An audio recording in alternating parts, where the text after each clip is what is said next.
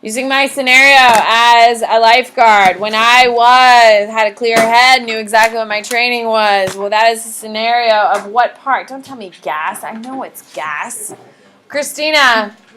Resistance.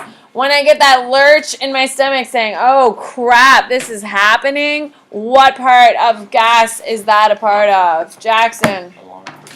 On your whiteboard, please tell me what during alarm and resistance, what part of my nervous system is triggered?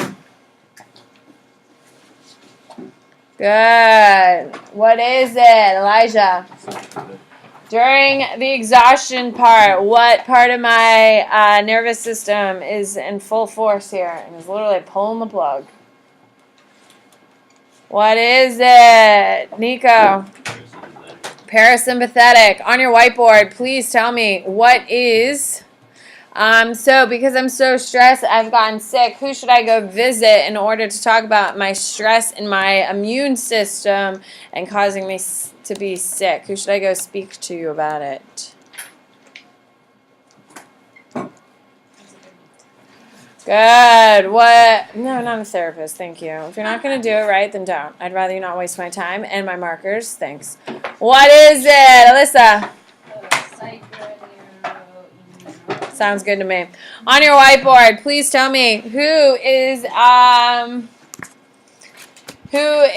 someone who does incredibly well but has no bitterness and resentment in their personality traits. No bitterness and resentment. What is it, Ella? Hardy personality. Hardy, who are super, super low-key. You could essentially punch them in the face and be like, oh, man, sorry my face got in the way. What is it, Patrick? Type B. On your whiteboard, please tell me what is... Nope, we're going. Here we go. So...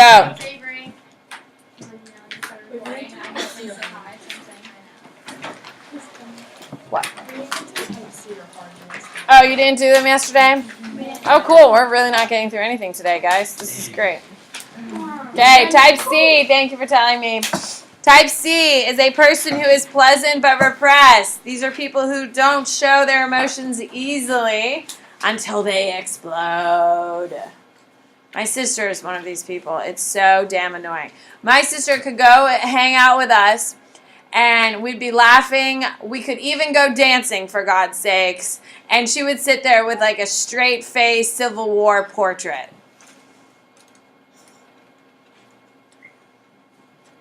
And the next day, you asked her, did you have a good time? Like, were you that miserable? And she's like, oh my God, I had the greatest night of my life.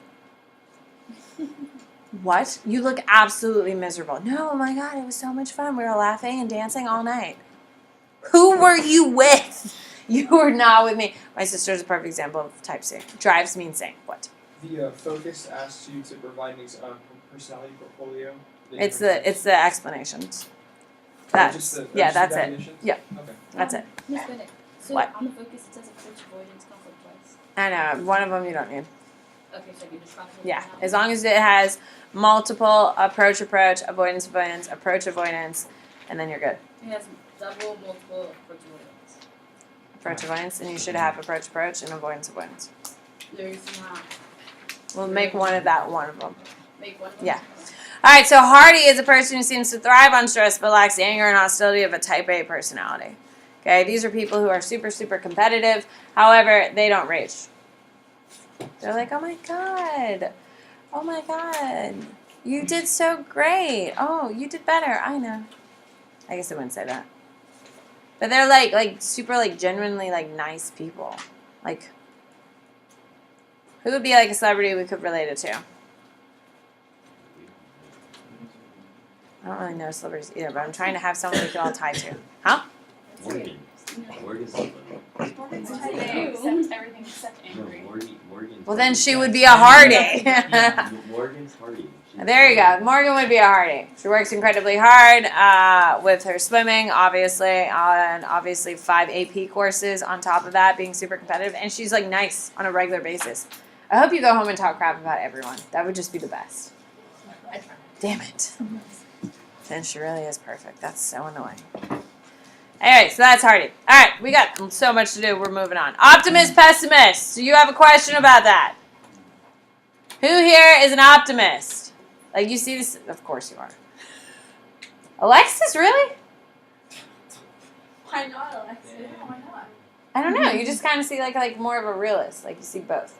Well, optimism can be No, it's not. yeah, it can. How often is your world full of unicorns and rainbows here? Whenever I want it to be. Such a good answer. Pessimist! Who here is pessimist? Everything's gonna go wrong. Yes, that's me. Everything's gonna be terrible until it works out, and you're like, oh, see, it worked out. That's how it goes. So, by the way, if you're an optimist, like apparently Gabriel, a big fighter, my girl Alexis is as well, then you're gonna live longer than me. Because I'm a very negative person. How many times have you heard me say, that's really not my thing? So many times. Exactly. Too many to It count. sounds like I don't do a damn thing. And I think about that every time I say, it's not my thing. Not my thing. Okay. You guys are healthier people than us, so good for you, Alexis. Do you get sick often? No, it's because you're an optimist. Pessimist people get sick all the time, which is why me and Ella are sick. Are you a pessimist? I don't know. No, you're not. There's I don't no way think so. you have that tone and inflection and be a pessimist. All right. Positive psychology is done by my guy, Martin Seligman. Well, who can explain Martin Seligman's learned helplessness experiment that I've already taught you? Tate. It was like a portion of the cage was electrocuted. Well, it So started, the whole thing was the electrocuted. whole thing was electrocuted, and the dog tried to find a place where it wasn't electrocuted. So eventually, it gave up trying, and they lowered the portion of the cage that was electrocuted. Okay. Well, what eventually happened? The dog just stopped trying. Yeah, absolutely. The dog was taught not to even try. There you go. So, social factors, being poor, stresses of the job, culture can affect one's stress level. Okay? So, I've looked at the test. There's a lot of stuff that's on it that isn't on your focus and your study guide, people. So, find a spot. There's some extra space in your columns. Maybe I'd take notes on that, and especially stuff I point out. Sorry. I should have made I was trying to save you from doing a 2-page focus and a 2-page study guide. So, just because it's not on your focus or study guide doesn't mean it's completely unimportant. Why don't you go outside and clear your throat and really cough? Wouldn't you feel better? Wouldn't you feel better? Go take care of you, because I know you can come back and you can be more comfortable. Okay, burnout are negative changes of thoughts and emotions. When you just say, you know what, screw it, I'm done. Okay? I had that last year with ILT. I was like, I'm done doing this crap. So I passed it on to Diorio. And Diorio is dealing with it now. What? It's just, I used to lead teachers. I used to be like a big deal. Well, more of a big deal. Now I'm Oh, you're a huge dude. No, I think I'm going backwards. I used to be lead a bunch of teacher stuff on campus, do a bunch of stuff. Now I'm I'm gonna live in my cave. So here I am. Burnout. I got just really frustrated with a bunch of stuff, and I said, you know what, screw it, I'm done. And here I am, living in my cave. You never really see me outside, do you? Nope. Burnout. All right. Stress from social factors. So a culturative stress is stress resulting from the need to change and adapt a person's ways to majority culture. This is mostly on our immigrants. Yes, there's a couple of these things you're going to need for tomorrow. Maybe take out a separate sheet of paper, squeeze it in somewhere, do something because it's on your test. So acculturation is when people come from different cultures here to the United States, or you have a very heavy culture in your household. Whether you've been born here, lived here, your parents are a couple generations. Up north, I would say there's more of a thicker culture just because people have been living in the same places my family lived in Massachusetts for over probably 100 years, 120 years. So up north, it's a very Italian culture. Okay, in the town I lived in, it was very Portuguese as well, if you can imagine. All right, so integration. There is a lot of stress with integrating. Integrating is when you come to a new culture and you're trying to figure your way out.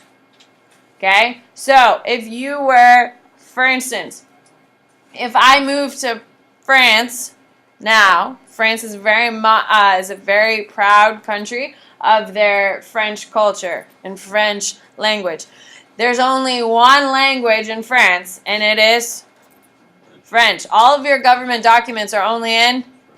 If you go to France, you have to speak French, and they even want their visitors to speak French. Apparently, I will be able to tell you this summer that when you speak to French people in English, they're not very kind to you because they want you, if you're in France, you should speak French. What, is that true? We visited Quebec over the summer. Yeah. Oh, they're really It's proud almost French too. totally, like, culturally homogenous. They have to be. So, Yeah, they force yeah. it too. Well, because they're like, it's like the last French province. So, integration, let me keep going because I'm not trying to cut you No, I off. was But yeah, like, you're why completely did I- right. You're completely right. So, if you go to the United States or Quebec, you have to learn French. So, if you put me in, for instance, imagine you moving to Quebec right now, you're going to sit there and you're going to be like, they're all speaking French. Holy crap. I have a kid from Quebec actually in my first period AP World. He speaks French fluently. And he's like, it's kind of weird hearing English all the time. But he's doing pretty well. That's integration. He's getting used to speaking more English. Assimilation is the blending of cultures or forcing or adopting parts of culture. Assimilation. So, for instance, us Americans, apparently we dress like deadbeats according to the French. The French all have tailored little outfits. They really care about fashion. So one of the first things I would probably do to assimilate in France is what? Go shopping. I would try to put more effort into my aesthetics. Yes, okay? Go shopping, thanks. Everything I have is crap, thanks. Okay? I got plenty of scarves, though. I got plenty of scarves, so maybe they'll ignore it, okay? Then I would have a separation of culture. In my house, I would be an American, but outward in my new French hometown, I would be French. So a lot of people here at Plan High School have a separation. I have a girl in one of my classes. She is like super conservative Indian. Like she's like first or second generation Indian. And she's going to be married off at age 18. Like, she's moving back to India after she graduates from Plant, and she's going back to India, and she's going to have, she's already knows who she's going to marry. It's already been settled and organized and all that stuff. When she's at home, she wears saris. On the weekend, if she's just hanging out around home, she wears a sari. When she's here at Plant, she's wearing jeans and a t-shirt. Okay? So, separation. I was like, well, what do you wear on the weekends? She's like, well, it depends. Am I hanging out with white people? Ooh. If I'm hanging out with white people, I'm wearing jeans and a t-shirt. If I'm hanging out with brown people, I'm wearing my sari. Well, it's true, right? It just depends. And that's her separation. She speaks,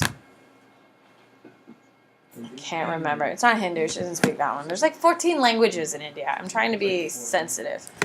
Whatever language she speaks at home, she speaks it fluently, obviously. That's the only language her mother, when she picks up the phone and talks to her mom, that is the only language you're going to hear. When she's here, she'll call her mom and be like, whatever it is. And then she'll say, oh, okay, hi, Miss Bennett.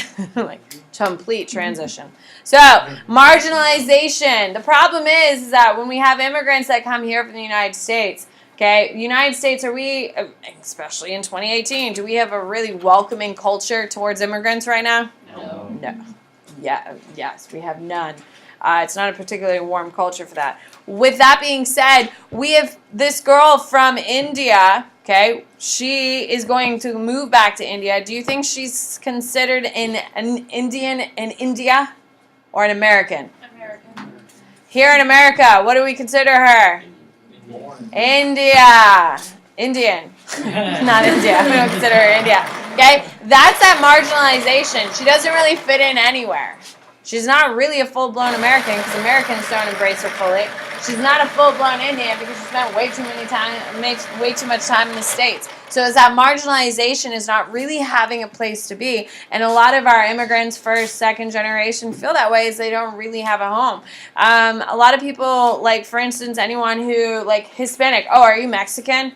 No, bro. I was born in New Jersey. Oh, well, aren't you Mexican descent? No, I'm from Ecuador. And like all of those different types of things, that whole marginalizing of people and you're not being attached. So, support system. We do better when we're supported by people around us. Okay, these are two things you need to know: problem-based and emotional focus on your test, by the way. So, coping strategies are how we deal with our stress. Some of us have pro-social coping. Some of us are terrible coping. First one is problem-focused coping. It's when you try to eliminate the sources of stress to reduce its impact. So you go out of your way to try to fix it. So say, for instance, you were struggling in Miss Bennett's class because you didn't turn in your index cards.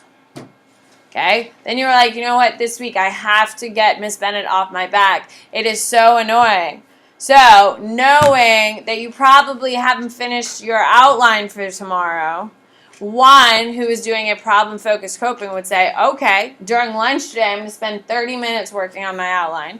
Then, during my research period, I'm going to spend 30 minutes working on my outline. And then tonight, I'm going to do 30 minutes, take a 10 minutes break, do 30 minutes, take 10 minutes break, and I'm going to do whatever it takes to get in that 20 points for that outline, because if I don't have it and I didn't turn in my index cards today, Miss Bennett's going to explode. That is problem-focused coping, where you have a plan, you have an agenda, and you're going to do whatever it takes to alleviate the stress, which would be Bennett raging. Is that shade?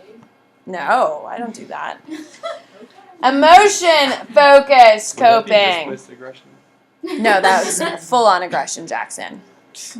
Okay, so when you have emotion-focused coping, so say, for instance, I didn't turn in index cards today, okay, and Miss Bennett's pissed off because it doesn't look like he's ready for his outline either. I mean, they are ready for their outline, okay?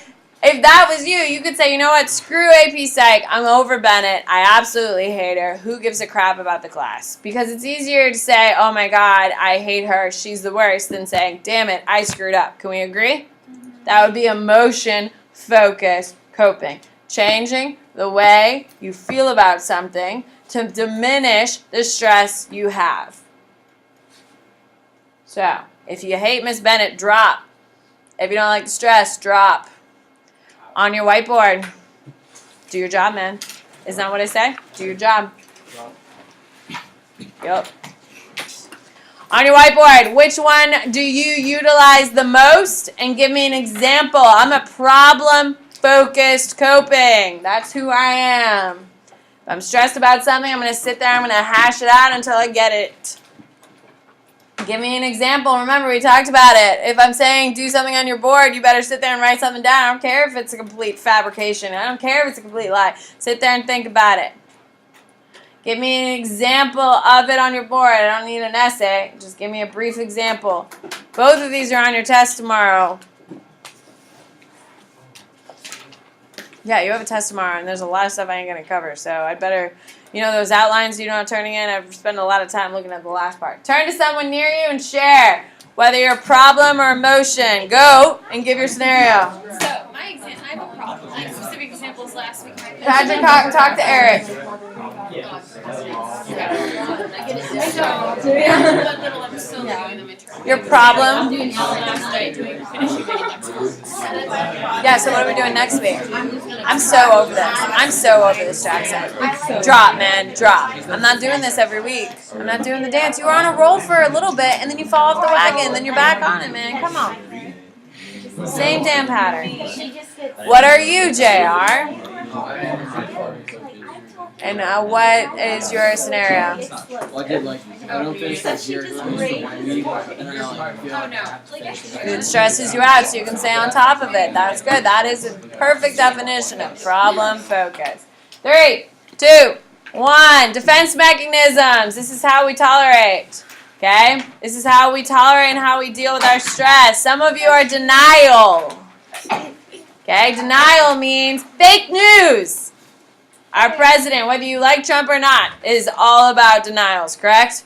When he hears something he doesn't like, whether you are pro-Trump, anti-Trump, you and I both know there are real things that have happened that he has lied about, and he says they are fake news, correct? Some of them are funnier than others. I did not tell Michael Flynn to lie to the FBI.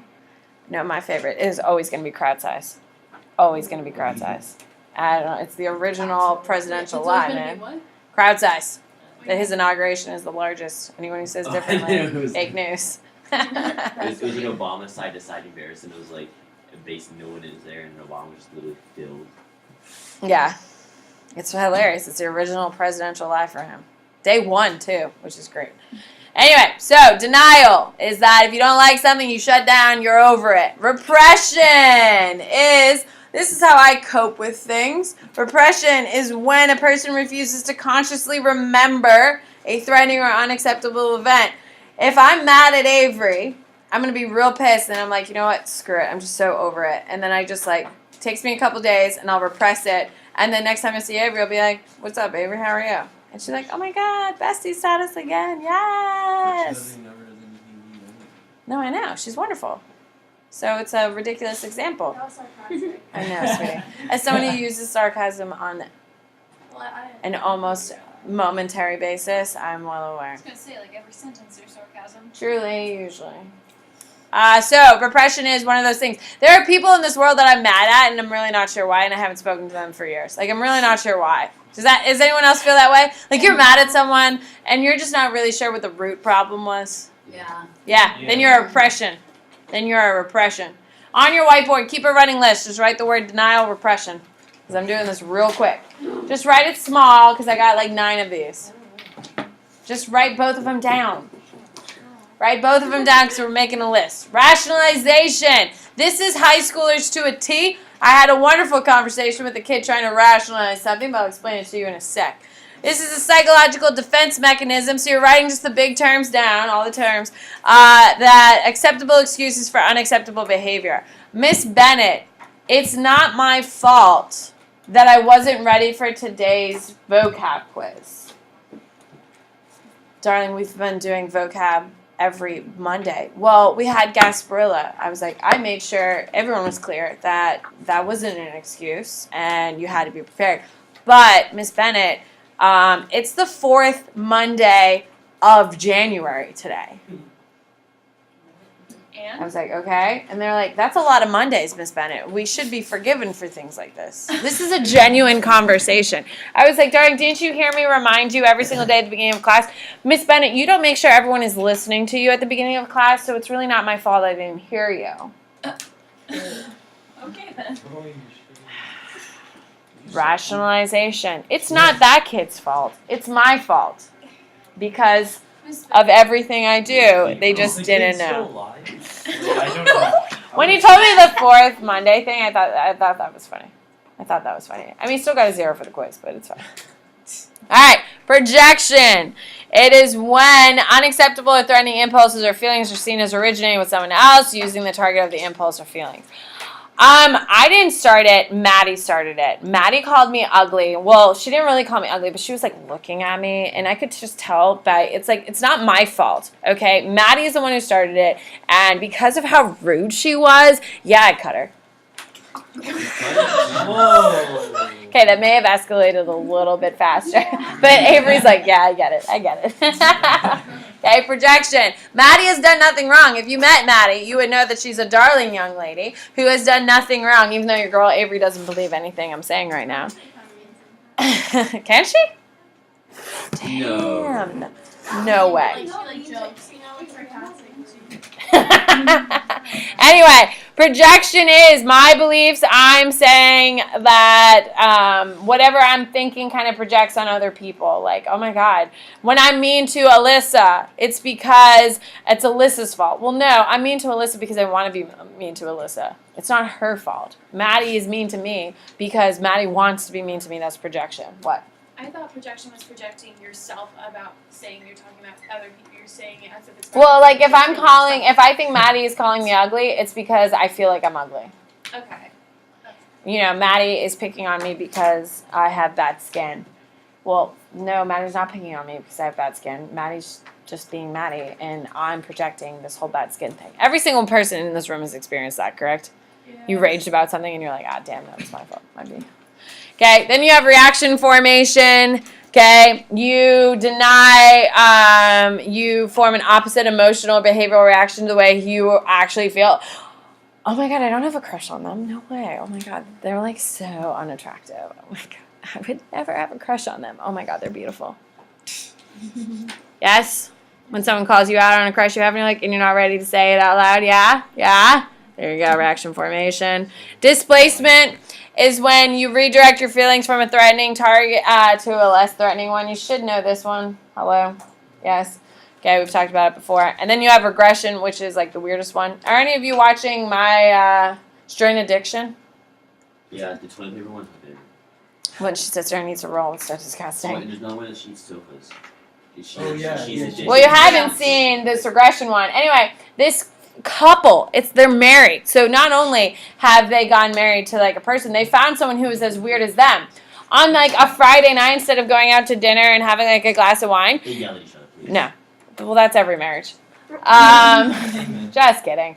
No, they put on diapers and crawl into a crib, and they have someone come and wipe their butts because they poop and pee in their diapers, and they spend the whole weekend in diapers, and they get fed bottles of food. They want to be taken care of like babies, and like the person that they pay to come every weekend like rocks them to sleep. If you get paid good money for that, You would wipe someone's butt like If I got paid like $1,000 to come over every weekend, I would be like doing jumping jacks for them. I don't care. I'll plug my nose and look away. Both of them like work like really high professional jobs, like super highly respected. So how they cope with their weekly stress and how they want to blow off steam is to act like children. Google it, man. It's My Strange Addiction, baby, and you can watch it. It's like an hour long of just like.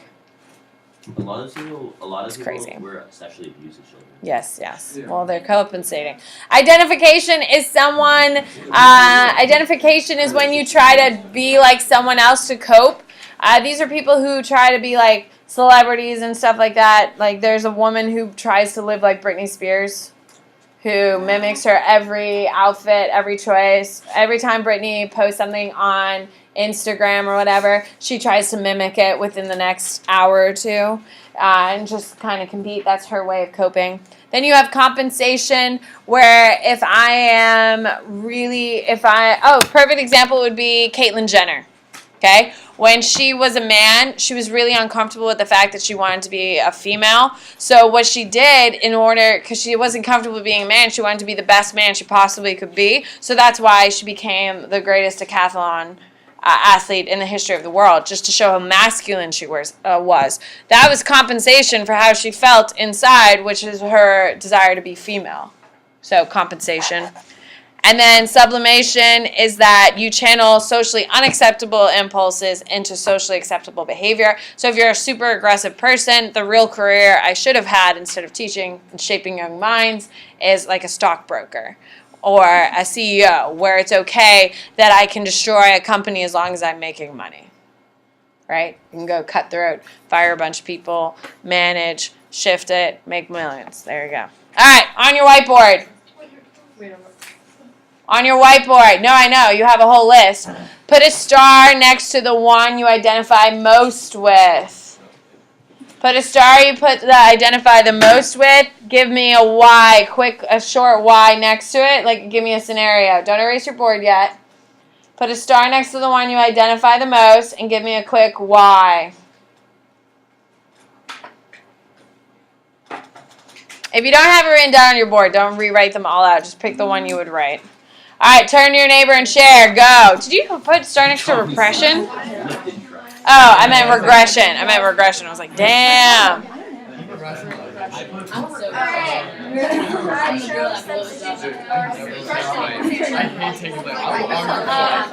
I'm not good at math and science, so I excel in history.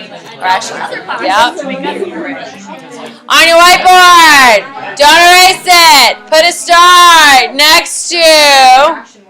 Nope, we're good. I gotta move on. All right. Meditation. You should meditate. It's a good way to focus. We got a Buddhist in the room. Should be happy to teach you. Concentrative meditation is when a person focuses. This is on your test for tomorrow, by the way. When a person focuses the mind on some repetitive or unchanging. So when you go,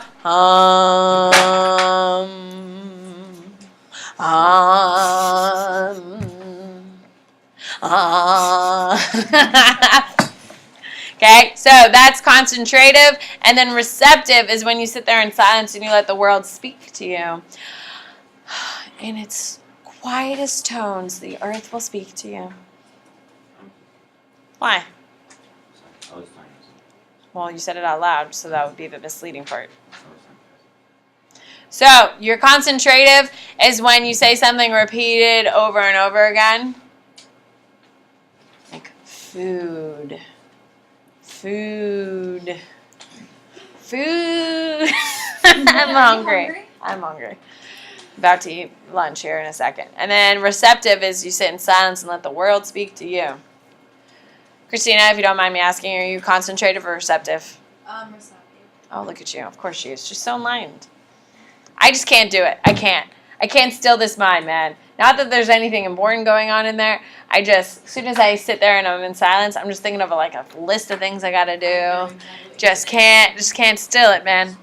All right, so, coach being religious. People find religion comforting. So people use it.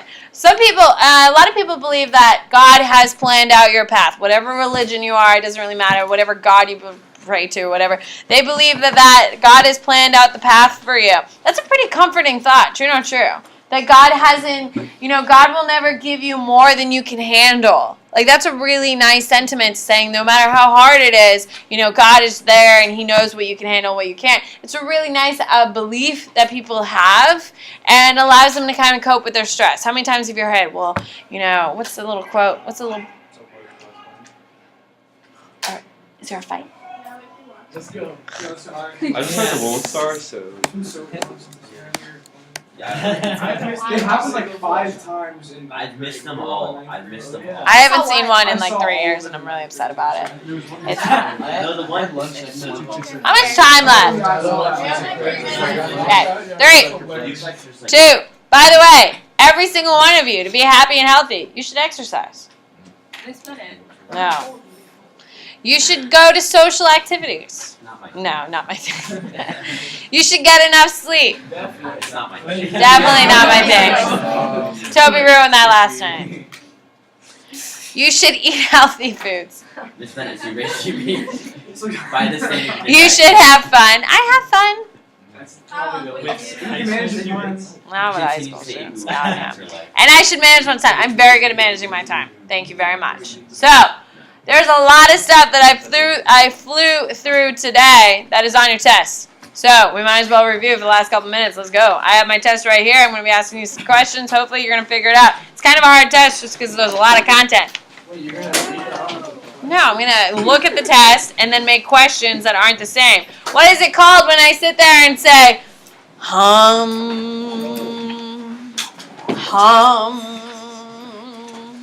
What? So number 6 on What? the focus. The 4 different ways stress affects the body. Can you just list the disorders? You say you're just spend it. Wrinkles, yeah. Elijah, what was your question, darling? Okay, perfect. What is it, Valentino? Concentrated. On your whiteboard, please tell me, what is it called when I purposely try to forget something in order to cope with it?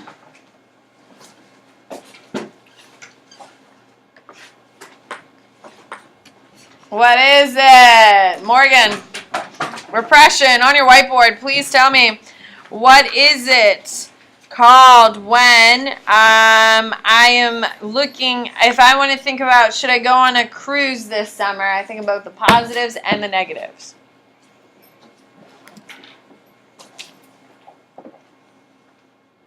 Oh my God, people. Come on. Good. What is it? Ella. Approach avoidance complex. On your whiteboard, please tell me, what is it called when you are trying to sound more American? You now start pretending to care about a sport like football, which no one else in the world cares Oh about. my God, my dad did this. Yeah. My dad immigrated here and he became really invested in baseball. Yeah, there's a lot of people who, when they come to America, they want to be like the best American. Like my boss at my second job, she is from Romania, and she is like the most patriot American I've ever met. Like she's diehard America. What do you got, Maya? What's the answer? Assimilation. Perfect. Assimilation. What? You wait for this stuff too. I'll be back again today. Oh yeah, this is it. Oh, See ya. cool. Goodbye. Have a good day. Good luck, guys. Oh wait, I need to test it. I forgot. Bye. Grab it.